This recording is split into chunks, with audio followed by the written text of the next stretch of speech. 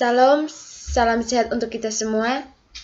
Saya atas nama Anastasia Bella, NIM 192387004, kelas A, semester 4, jurusan Tanaman Pangan dan Hortikultura, program studi Teknologi Pangan. Pada kesempatan ini saya akan memaparkan materi. Yang pertama, teknologi olahan minimal buah dan sayuran. 1. Perubahan fisiologis akibat minimally processing. Kerusakan pada jaringan dan membran sel penyebab aktivitas enzim, senyawa-senyawa metabolit sekunder, peningkatan produksi etilen, peningkatan laju respirasi, flora mikroba, penumpukan hasil metabolit tidak wajar, peningkatan biosintesis etilen, mudah terkena kontaminan. Yang kedua, usaha-usaha untuk memperpanjang umur simpan produk teknologi olahan minimal. Yang pertama, penyimpanan pada suhu rendah, penggunaan BTM, penggunaan teknik cas atau mas, penggunaan pelapis edible air dan lilin, teknologi pemotongan, asidifikasi, penyimpanan suhu 5-1 derajat Celcius, perendaman dalam Na metabisulfit 200 ppm dan asam askorbat 450 ppm, pengemasan terbaik untuk teknologi olahan minimal buah rambutan. Yang berikut, jam, jelly, dan sejenisnya. Preserves, marmalade, conserves, fruit butter, pengawetan produk. Manisan atau sweets, produk yang dibuat dari buah-buahan yang diolah dengan gula dan bahan-bahan lain. Yang pertama, conserves, preserve marmalade, fes, mentega buah dan madu buah. Yang berikut, teknologi pengeringan sayuran dan buah-buahan. Pengeringan menghilangkan sejumlah air dari bahan dengan menurunkan awenya sehingga mikroorganisme tidak bisa tumbuh untuk memperpanjang masa simpan bahan tersebut. Proses pengeringan sayur-sayuran dan buah-buahan antara lain penjemuran, dehidrasi dengan alat pengering. Pengolahan gemal. Blanching merupakan proses termal yang menggunakan suhu atau teknik masak makanan di dalam air atau uap dalam waktu yang singkat.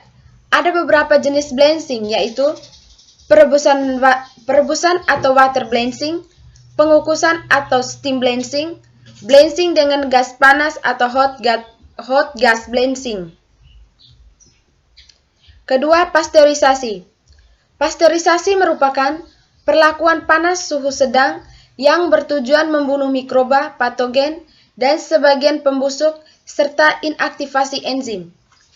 Karena proses pasteurisasi tidak mematikan bakteri, harus diberi perlakuan lain yang dapat meminimalkan pertumbuhan mikroba, yaitu penambahan pengawet, pendinginan, MAP atau modified atmosphere, penurunan pH, pengaturan AW.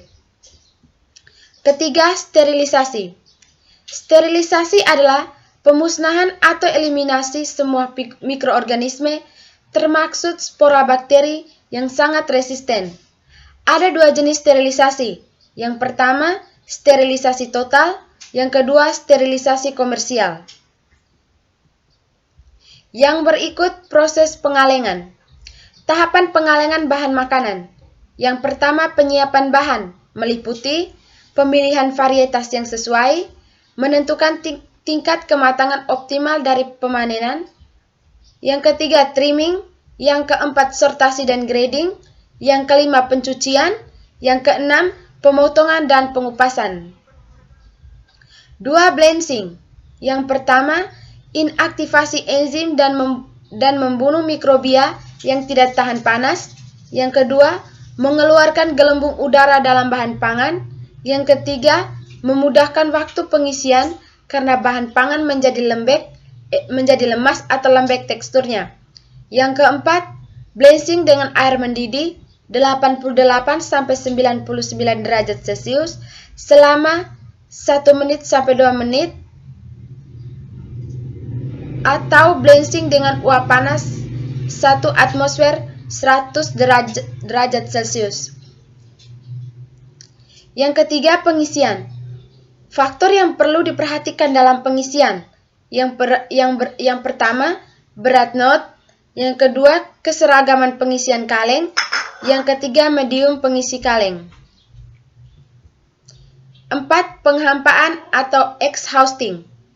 Penghampaan atau exhausting merupakan pengeluaran udara atau gelembung udara dalam wadah atau jaringan bahan. Kelima, penutupan kaleng. Keenam, sterilisasi. Faktor yang mempengaruhi proses sterilisasi. Yang pertama, jenis mikroba yang dimatikan. Kedua, kecepatan penetrasi panas pada cool point. Yang ketiga, usaha awal bahan makanan. Yang keempat, ukuran dan bahan pengemas yang digunakan. Yang kelima, suhu proses. Yang keenam, tekanan uap air yang digunakan. Yang ketujuh, keasaman bahan makanan. Keenam, pendinginan. Ketujuh, pendinginan. Yang berikut, teknologi pengolahan hasil hortikultura. Tanaman hortikultura merupakan salah satu tanaman yang menunjang pemenuhan gizi masyarakat sebagai sumber vitamin, mineral, protein, serat pangan, dan karbohidrat. Hortikultura merupakan salah satu subsektor dalam sektor pertanian yang berpotensi untuk dikembangkan karena memiliki nilai ekonomis yang cukup tinggi. Hasil tanaman hortikultura mempunyai sifat khusus antara lain: 1. Mudah atau cepat busuk. 2. Memiliki nilai estetika. Yang ketiga, produksi umum yang musiman. 4. Memerlukan volume. Kelima, memiliki daerah penanaman. Tanaman hortikultura pun mampu meningkatkan apresiasi terhadap berbagai komoditas dan produk berbagai hortikultura, bukan lagi hanya sebagai bahan pangan, tetapi juga terkait dengan fungsi-fungsi lainnya. Secara sederhana, fungsi utama tanaman hortikultura dapat dikelompokkan menjadi 4, yaitu 1. Fungsi penyediaan pangan. Yang kedua, fungsi ekonomi. Yang ketiga, fungsi kesehatan. Yang keempat, fungsi sosial dan budaya. Sistem produksi tanaman hortikultura dapat dikelompokkan menjadi 7 sistem produksi. Sistem produksi tersebut meliputi 1. Sistem pekarangan. 2. Sistem kebun hutan campuran. 3. Sistem monokultur buah-buahan skala kecil. Keempat, sistem tumpang sari. Kelima, sistem perkebunan buah. Keenam, sistem produk hortikultura semusim. Ketujuh, sistem produksi insentif. Kedelapan, sistem produk hortikultura organik. Susut sayur-sayuran dan buah-buahan. Sayur-sayuran dan buah-buahan telah dipanen akan mengalami susut yang meliputi susut fisik, susut mutu, susut gizi. Yang berikut, mutu gizi produk hortikultura segar dan olahan.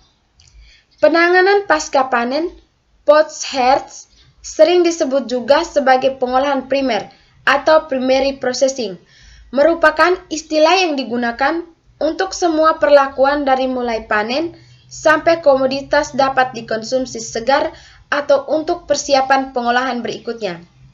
Mutu produk panen. Pengolahan atau secondary processing merupakan tindakan yang mengubah hasil tanaman ke kondisi lain atau bentuk lain dengan tujuan dapat tahan lebih lama atau pengawetan, mencegah perubahan yang tidak dikehendaki, atau untuk penggunaan lain. Mutu produk hasil panen kriteria sayur-sayuran dan buah-buahan siap panen sebagai berikut. Yang pertama secara visual, yang kedua secara fisik, yang ketiga secara kimia, yang keempat waktu atau umur buah. Pengaruh proses pengolahan produk hortikultura terhadap nilai gizi pengolahan hasil hortikultura dapat menghasilkan berbagai produk, yaitu yang pertama produk hasil pengeringan, kedua penghalusan tepung, ketiga sari atau cairan hasil ekstrak, keempat pemotongan, kelima pemotongan kimiawi, keenam pemanasan. Jenis-jenis pemanasan. Pemanasan dapat dikelompokkan berdasarkan media yang digunakan untuk pemanasan, yaitu penggorengan, pemanggangan, perebusan, pengukusan, dan radiasi gelombang pendek. Yang berikut pengolahan termal produk hortikultura. Proses pengurangan kadar air. Yang pertama, pemekatan, kedua penguapan, ketiga pemekatan beku, keempat proses membran.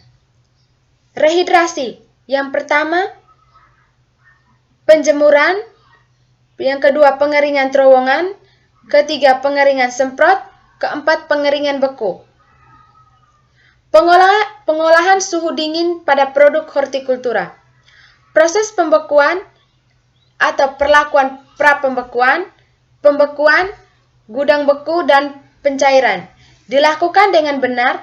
Metode ini dianggap yang lebih baik dalam pengawetan jangka panjang dipandang dari retensi atribut sensorium dan zat gizi. Yang pertama, sayuran.